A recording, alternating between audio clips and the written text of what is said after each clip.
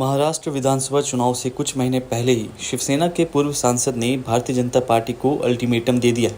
खबरें हैं कि आनंदराव अडसुल ने साफ कर दिया है कि अगर उन्हें राज्यपाल नहीं बनाया गया तो वह पूर्व सांसद नवनीत राणा के मामले में सुप्रीम कोर्ट का दरवाजा खटखटा सकते हैं।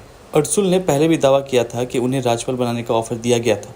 इंडियन एक्सप्रेस के अनुसार अडसुल ने मंगलवार को भाजपा को चेतावनी दी है कि अगर 15 दिनों में राज्यपाल नहीं बनाया गया तो वह राणा के जाति प्रमाण पत्र मामले में सुप्रीम कोर्ट में क्यूरेटिव पिटीशन दाखिल करेंगे। खास बात है कि अप्रैल में ही शीर्ष न्यायालय ने बॉम्बे हाई कोर्ट के उस आदेश को खारिज कर दिया था जिसमें उनके अनुसूचित जाति यानी SC सर्टिफिकेट को रद्द करने की बात कही गई थी। रिपोर्ट के अनुसार अडसुल ने कहा, उप मुख्यमंत्री देवेंद्र फडणवीस ने मुझे भरोसा दिया था कि राज्यपाल के तौर पर मेरी नियुक्ति होगी। केंद्रीय गृह मंत्री अमित शाह ने भी मुझे आश्वासन दिया था, लेकिन कोई वादा पूरा नहीं हुआ। मैं हमेशा इंतजार नहीं कर सकता। मैं अगले 15 दिन और इंतजार करूंगा, लेकिन इसके बाद सुप्रीम कोर्ट जाऊंगा और नवनीत राणा के जाति प्रमाण पत्र के खिलाफ क्यूरेटिव पिटीशन दाखिल करूंगा। अखबार के मुताबिक अडसुल ने मई में दावा किया था कि अमरावती सीट पर दावा छोड़ने के लिए उन्हें अमित शाह ने राज्यपाल पद का वादा किया है। खास बात है कि अडसुल 2 बार अमरावती सीट से जीत चुके हैं। 2024 लोकसभा चुनाव में भाजपा ने राणा को इस सीट से मैदान में उतारा था। सीट पर दावा छोड़ने वाले अडसुल का कहना था कि भाजपा ने शिवसेना से केंद्रीय मंत्री पद और 2 राज्यपाल का वादा किया था, लेकिन कोई पूरा नहीं हुआ।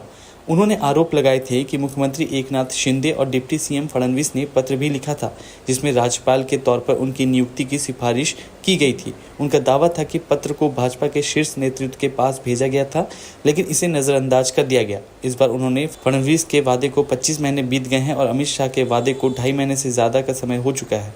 अब मैं और ज़्यादा इंतजार नहीं करूँगा। पार्लियामेंट का 5वां वर्ष और आखिरी दिन है ये टर्म का, और इसमें किसने क्या किया, किसने क्या नहीं किया। अध्यक्ष महोदय, मैं आपको इतना ही बताना चाहूँगी, हम तो इस देश के युवा हैं। हम तो सिर्फ कैलकुलेशन पे और किसने कितना अच्छा बेहतर काम किया उसके ऊपर ही ध्यान देकर आगे काम करते हैं। कांग्रेस की सरकार में 50 वर्षों में सर 75 सभापति जी, एक मिनट, सभापति जी, इन्होंने ब्लैक पेपर निकाला है। एक भी शब्द उसमें 10 साल के हमारे मंत्रियों के खिलाफ नहीं है और ये बताता है कि हमारा कार्यकाल कैसा रहा। इन्हीं के ब्लैक पेपर में नहीं है, इसलिए ये देश से माफी मांगे और शपथ ले कि आगे से कभी कोई घोटाला नहीं करेंगे। सर, मैं तो इतना ही बोल सकती हूँ क्योंकि जो आंकड़े हम देख रहे हैं कि 50 सालों में 75 एयरपोर्ट कांग्रेस के कार्यकाल में, 10 वर्षों में 74 रोड एंड हाईवेज में, 50 वर्षों में 98,000 किलोमीटर और मोदी जी की सरकार में 50,000 किलोमीटर के हाईवेज। रेलवे कांग्रेस की सरकार में मॉडर्न रेलवे स्टेशन का नाम ये देश के युवाओं ने, इस देश के लोगों ने कभी सुना ही नहीं, जहाँ पे 400 वंदे भारत ट्रेन और अमृत भारत स्टेशन और मॉडर्न रेलवे स्टेशन। इसी तरह सर, ये भ्रष्टाचार की बात कर रहे हैं, यहाँ से बहुत ज़्यादा आवाज़ आ रही है। तो बैंकों के नाम पे जब ये सरकार थी तो इनके राज्य में बैंक में जाने के लिए बड़े बड़े सभी, जैसे हमारे वित्त मंत्री मैडम ने कहा कि फ़ोन पे ही लोन हो जाते थे, फ़ोन पे ही सभी को सब चीज़ें अवेलेबल हो जाती। पर madam, now days people are scared to go to bank only if we do something corruption, so this government is not going to leave. So ये सरकार जो मोदी जी की सरकार है, कोई भी इस देश का 1 रुपया भी कहीं लेके नहीं जा सकता। इस तरीके की कार्रवाई ये देश की सरकार हमारे मोदी जी कर रहे हैं। पार्लियामेंट भी पिछले 100 वर्षों से जो पार्लियामेंट में थे वो ब्रिटिश कालीन पार्लियामेंट में बैठते थे। सर, हमारा सौभाग्य है कि हम इस नए पार्लियामेंट में भी मोदी जी की सरकार के टाइम पे ही ये पार्लियामेंट में बैठे हैं। सर, ये आदिवासियों की बात करते हैं। आदिवासियों के बच्चों को एजुकेशन पढ़ाने के लिए 2004 से 14 तक इन्होंने 90 एकलव्य स्कूल बनाए सर। पर मोदी जी की सरकार ने आदिवासियों के बच्चों के लिए, उनके भविष्य के लिए, एजुकेशन के लिए 600 स्कूल, एकलव्य स्कूल बनाए सर। ये उपलब्धि है मोदी जी सरकार की। ये बोलते हैं व्हाइट और काला पेपर। मैंने सभी कांग्रेसियों के हाथ में आज काले पेपर में लिखा हुआ देखा है, और जिन्होंने आज ये व्हाइट पेपर घोषणा की है और लाई है तो उनके हाथों में सिर्फ व्हाइट पेपर है। Sir, give me just 2-3 minutes last sir.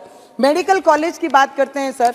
जब इतनी बड़ी महामारी हमारे देश में आई तो 50 वर्षों में, 60 वर्षों में इनकी क्या तैयारी थी। आने वाले समय में अगर ऐसी कोई महामारी आती है तो उसके लिए इनके कार्यकाल में 380 मेडिकल कॉलेज बने थे, जहां पे 10 वर्षों में 262 मेडिकल कॉलेज बने हैं सर। एम्स इनके सरकार में 50 एम्स बने थे। हमारे ये सरकार ने, हमारे मोदी जी की सरकार ने पिछले 10 वर्षों में 17 एम्स बनाए हैं सर। ये उपलब्धि है हमारी सरकार की सर। हमारे डॉक्टर बाबा साहेब अम्बेडकर की इंदू मील की जगह पिछले कई वर्षों से महाराष्ट्र में हमारे मागास वर्गीय हमारे सभी लोग चाहते थे इंदू मील की जगह ये बाबा साहेब अम्बेडकर नाम सर बहुत बड़ा स्मारक बने, पर ये उसके लिए भी कामयाब नहीं हो सके। वो भी हमारी सरकार ने पिछले 10 वर्षों में, उनकी ये सबसे बड़ी उपलब्धि है सर। आज 5 लाख रुपया देकर हर गरीब की मेडिकल, उनकी हेल्थ व्यवस्था देखने का काम भी हमारी ये सरकार कर रही है सर। IITs 50 साल में सिर्फ 16, 10 वर्षों में 7 सर। PM आवास योजना जो 14 से आज तक 4 करोड़ लोगों को, जिनको घर नहीं था, जिनका आज भी मट्टी के घरों में रहते थे सर। हम तो रूरल एरिया से आते हैं, ग्रामीण क्षेत्र से हैं, किसान रहते हैं, मजदूर रहते हैं, वो क्षेत्र से आते हैं। जब उनके पास घर नहीं देखते थे तो हमारी पीड़ा हमको ही पता है कि ग्राउंड पे जाके कैसा है। महलों में रहने वाला राजा वो क्या जाने कि मट्टी के घर में रहना किसको बोलते हैं सर। वो जान रखी हमारे देश के प्राइम मिनिस्टर जी ने, ये काम किया है पिछले 10 वर्षों में। मुझे तो sir it is very easy to tell, we should move on. I've just heard somebody saying, my colleague from this house, she said very simple, we just should not talk or we should not fight कि cat fight करके तू मैं करना है, we just should move on. No sir, we cannot just move on because इस देश के जो युवा हैं, इस देश का विकास चाहते हैं, इस देश के डॉक्टर्स बढ़ाने चाहते हैं, इस देश के मेडिकल कॉलेज बढ़ाने चाहते हैं, इस देश की बेरोजगारी हटानी चाहते हैं, ये चाहते हैं इस देश के युवा sir. It is just 2-3 minutes sir, 2 minutes I just say. और जिसका कांग्रेस आज बात कर रही है सर, SC समाज से हम बिलोंग करते हैं, उसको प्रेसिडेंट के पद पे बिठाने वाली ये मोदी सरकार है सर। ST आदिवासी समाज को बिलोंग करने वाली हमारी मुर्मू मैडम को भी उस पद पे बिठाने वाली यही सरकार है सर।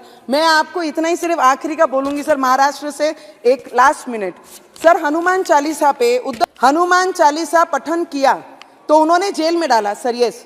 और उन्होंने कई allegation, okay I will not take sir name, पर उन्होंने कई एलिगेशंस लगाए हमारे आदरणीय कि वो बाबरी पे चढ़े करके मस्जिद बाबरी टूटी।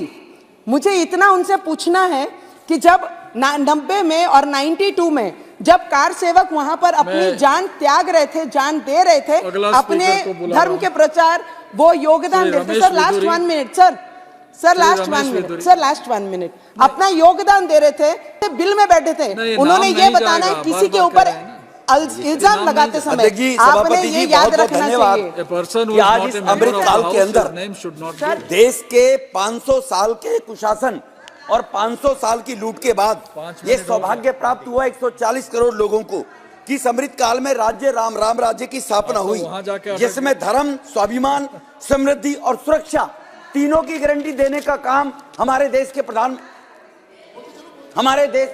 सर। मैं इतना ही बोलना चाहूंगी, जिस दिन राम मंदिर बना सर, मुझे लगता है जितने भी कार सेवकों ने अपनी जान उस दौरान गवाई, जितने भी कार सेवक वहां पर थे, उसमें एक कार सेवक हमारे राज्य के देवेंद्र फडणवीस जी भी उस समय वहां पर थे, उनका भी योगदान, और जितने भी कार सेवक हैं उनको दिल से मैं प्रणाम करना चाहूंगी, क्योंकि इस देश के युवाओं की आंखों में, और जितने भी लोग उस दिन अयोध्या में थे उनके आंखों में आंसू थे। तो सभी को इतना ही कहूंगी, श्री राम मंदिर और काशी सिर्फ अध्यक्ष जी, मुझे आपने कंटिन्यू करने का मौका दिया। अध्यक्ष जी, मैं फिर दोहराना चाहता हूं कि भारत के 500 साल के वनवास के बाद देश को अमृतकाल में मोदी जी के नेतृत्व में 140 करोड़ लोगों को सौभाग्य मिला। 1526 से लेकर 1759 तक मुगलों ने देश को लूटा, 1757 से 1947 तक अंग्रेजों ने लूटा। और आप हमसे जुड़े रहने के लिए सब्सक्राइब करें YouTube पर, फॉलो करें Twitter पर और लाइक करें Facebook पर। और ज्यादा जानकारी के लिए आपको टाइप करना होगा सिर्फ न्यूज नशा।